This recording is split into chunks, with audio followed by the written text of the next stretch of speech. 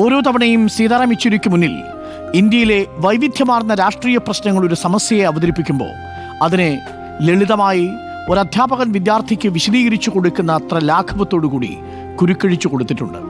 എന്തിനേറെ, Soviet union തകരുമ്പോൾ പോലും തകർന്നത് സോവിയറ്റ് യൂണിയൻ മാത്രമാണെന്നും സോഷ്യലിസം എന്നൊരാശയമല്ലെന്നും വ്യക്തതയോടെ വിശദീകരിച്ചിട്ടുണ്ട് സീതാറാം യെച്ചൂരി. സീതാറാം യെച്ചൂരിയുടെ ഭൗതിക ശരീരം ഇന്നിപ്പോൾ ദില്ലിയിൽ അദ്ദേഹത്തിൻ്റെ ഭവനത്തിലാണ്. CPM ജനറൽ സെക്രട്ടറി സീതാറാം യെച്ചൂരിക്ക് അന്ത്യാഞ്ജലി അർപ്പിക്കുകയാണ് രാജ്യം. 7 മണിയോടെ ഭൗതിക ശരീരം വസന്തകുഞ്ചിലെ വസതിയിലെത്തിച്ചു. നല്ല മഴയായിരുന്നു. ചെറിയൊരു വീട്, ഒരു കുഞ്ഞു വീട്ടിൽ, ആ ഫ്ളാറ്റിൽ രാത്രി മുഴുവൻ വസന്തകുഞ്ചിലെ വസതിയിൽ പൊതുദർശനമാണ്. നാളെ രാവിലെ 10 മണിയോടെ പാർട്ടി കേന്ദ്ര കമ്മിറ്റി ഓഫീസായ AKG ഭവനിലേക്ക് ഭൗതിക ശരീരം കൊണ്ടുവരും. മുഖ്യമന്ത്രി Pinarayi Vijayan, MV Govindan, governor Arif Muhammad Khan, JP Nadda എന്നിവർ വസന്തകുഞ്ചിലെ യെച്ചൂരിയുടെ വീട്ടിലെത്തിയിട്ടുണ്ട്. ആദിൽ പാലോട് ചേരുന്നു വീട്ടിൽ നിന്നും തത്സമയം. ഒപ്പം ശ്രീജിത്തുണ്ട് കേരള ഹൗസിൽ. VS രഞ്ജിത്തും നമുക്കൊപ്പം ചേരുന്നു. ആദ്യം ശ്രീജിത്തിലേക്ക്. ശ്രീജിത്ത്, സീതാറാം യെച്ചൂരിയുടെ സാന്നിധ്യം ദില്ലിയിൽ പലയിടങ്ങളിലും ഉണ്ടായിരുന്നു. കോൺസ്റ്റിറ്റ്യൂഷൻ ക്ലബിൽ, ഗോൾ മാർക്കറ്റിലെ, ഇപ്പോൾ നമ്മളുടെ ആദിൽ പാലോട് നിൽക്കുന്ന സ്ഥലങ്ങളിൽ, അതായത് ഇദ്ദേഹത്തിൻ്റെ വീട്ടിൽ, AKG ഭവനിൽ, പുസ്തക പ്രകാശന ചടങ്ങുകളിൽ, JNU ക്യാമ്പസിൽ, എവിടെയൊക്കെ രാഷ്ട്രീയം ചർച്ച ചെയ്യുമോ ആ വേദികളിലെല്ലാം രാഷ്ട്രീയത്തെക്കുറിച്ചും സംസ്കാരത്തെക്കുറിച്ചും ചരിത്രത്തെക്കുറിച്ചും സാമ്പത്തിക രംഗത്തെക്കുറിച്ചുമൊക്കെ സംവദിച്ചുകൊണ്ട് സീതാറാം യെച്ചൂരി എന്ന സാന്നിധ്യമുണ്ടായിരുന്നു. ഇപ്പോൾ ദില്ലിയിൽ അദ്ദേഹത്തിൻ്റെ ഭൗതിക ശരീരം വിശ്രമിക്കുമ്പോൾ ഒരുപാട് പേർ നാളെ അദ്ദേഹത്തെ കാണാൻ വേണ്ടി ദില്ലിയിലേക്ക് ഒഴുകുന്നു എന്നാണ് ഞാൻ മനസ്സിലാക്കുന്നത്. ഇപ്പോൾ കേരള ഹൗസിൽ എന്താണ് അവസ്ഥ? ആരൊക്കെ എത്തിച്ചേർന്നിട്ടുണ്ട്? ഇനിയും ആരൊക്കെ പ്രതീക്ഷിക്കുന്നു ശ്രീജിത്ത്?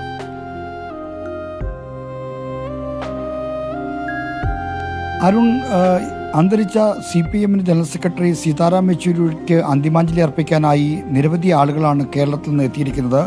കേരളത്തിൻ്റെ മുഖ്യമന്ത്രിയും പോളിറ്റ് ബ്യൂറോ അംഗവുമായ പിണറായി വിജയൻ, ഒപ്പം തന്നെ CPM സംസ്ഥാന സെക്രട്ടറിയും PB അംഗവുമായ MV ഗോവിന്ദൻ, കേരള ഗവർണർ ആരിഫ് മുഹമ്മദ് ഖാൻ അടക്കമുള്ള ആളുകളാണ് കേരള ഹൗസിലുള്ളത്. മുഖ്യമന്ത്രിയും MV ഗോവിന്ദനും വസന്തകുഞ്ചിലെ യെച്ചൂരിയുടെ വീട്ടിൽ പോയും ഇതുവരെയും കേരള ഹൗസിലേക്ക് തിരികെ മടങ്ങിയെത്തിയിട്ടില്ല. ദില്ലിയിൽ കനത്ത മഴയായിരുന്നു. അതുകൊണ്ട് തന്നെ വലിയ ഗതാഗതക്കുരുക്കാണ് നഗരത്തിലെമ്പാടുമുള്ളത്. അതുകൊണ്ട് മുഖ്യമന്ത്രിക്ക് ഏതാണ്ട് 1.5 മണിക്കൂറിലേറെ സമയമെടുത്താണ് വസന്തകുഞ്ചിലേക്ക് എത്താൻ കഴിഞ്ഞത്. തിരിച്ച് വരാനും അത്രയും സമയം തന്നെ എടുക്കുമെന്ന് പ്രതീക്ഷിക്കുന്നു. ബാക്കിയുള്ള പ്രധാനപ്പെട്ട നേതാക്കൾ ഇവിടെ മന്ത്രിമാരായ VN വാസവനുണ്ട്, R ബിന്ദു ഉണ്ട്, മുഹമ്മദ് റിയാസ് ഉണ്ട്. അങ്ങനെ അതോടൊപ്പം തന്നെ പാർട്ടി നേതാക്കന്മാരായ CPM കേന്ദ്ര കമ്മിറ്റി അംഗവും മുൻ മന്ത്രിയുമായ K രാധാകൃഷ്ണൻ MP, ഒപ്പം തന്നെ PK ശ്രീമതി EP ജയരാജൻ തുടങ്ങിയ ആളുകൾ, ഒപ്പം തന്നെ എറണാകുളത്ത് നിന്ന് ജില്ലാ സെക്രട്ടറി CN മോഹനൻ, ആലപ്പുഴയിൽ നിന്ന് മുൻ ജില്ലാ സെക്രട്ടറി CB ചന്ദ്രബാബു, അങ്ങനെ നിരവധി ആളുകൾ എത്തുന്നു. PK ബിജു സംസ്ഥാന സെക്രട്ടറി അംഗം, അങ്ങനെ നിരവധി ആളുകൾ കേരള ഹൗസിലേക്ക് വരുന്നു. ഇനിയും മന്ത്രിമാർ രാത്രി വൈകി ഇവിടെ എത്തിച്ചേരും എന്നാണ് നമുക്ക് അറിയാൻ കഴിയുന്നത്. കേരളത്തിൽ P രാജീവ് അടക്കമുള്ള ആളുകൾ ഇന്ന് രാത്രിയോടുകൂടി ഡൽഹിയിൽ എത്തിച്ചേരും. നാളെ AKG ഭവനിൽ മൃതദേഹം പൊതുദർശനം വെക്കുന്ന സന്ദർഭത്തിൽ ഇവരെല്ലാം യെച്ചൂരിക്ക് അന്തിമാഞ്ജലി അർപ്പിക്കാൻ, അഭിവാദനം നേരാനായി എത്തും. അതുകൊണ്ട് തന്നെ വലിയ തോതിലുള്ള ഒരു ആൾക്കൂട്ടത്തെ നാളെ AKG ഭവന് മുന്നിൽ പ്രതീക്ഷിക്കുന്നു.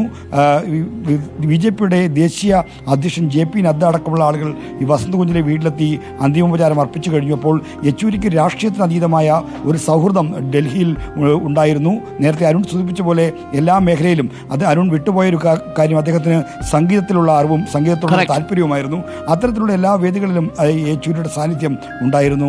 ആ സാന്നിധ്യം ഉള്ളിടത്തെല്ലാം ഇപ്പോൾ അദ്ദേഹത്തിൻ്റെ അസാന്നിധ്യം ഒരു വലിയ വേദനയായി മാറുകയാണ്. ആ വേദനയുടെ പാരമ്യം തന്നെയാണ് എല്ലാവർക്കും എന്ന് പറയാം. കാരണം അത്രയ്ക്ക് മനുഷ്യൻ്റെ സാമൂഹ്യ അവസ്ഥകളോട്, ജീവിതാവസ്ഥകളോട്, രാഷ്ട്രീയ അവസ്ഥകളോട് സംവദിച്ച, ഇത്രമേൽ ആത്മാർത്ഥതയോടെ സംവദിച്ചൊരു രാഷ്ട്രീയ നേതാവ് ഈ രാജ്യത്തെ കമ്മ്യൂണിസ്റ്റ് പ്രസ്ഥാനത്തിൻ്റെ സമീപകാലാവസ്ഥയിൽ ഇല്ലായിരുന്നു. ആ നഷ്ടബോധമാണ് ആളുകളെ അത്രത്തോളം വേദനയിലാഴ്ത്തുന്നത്.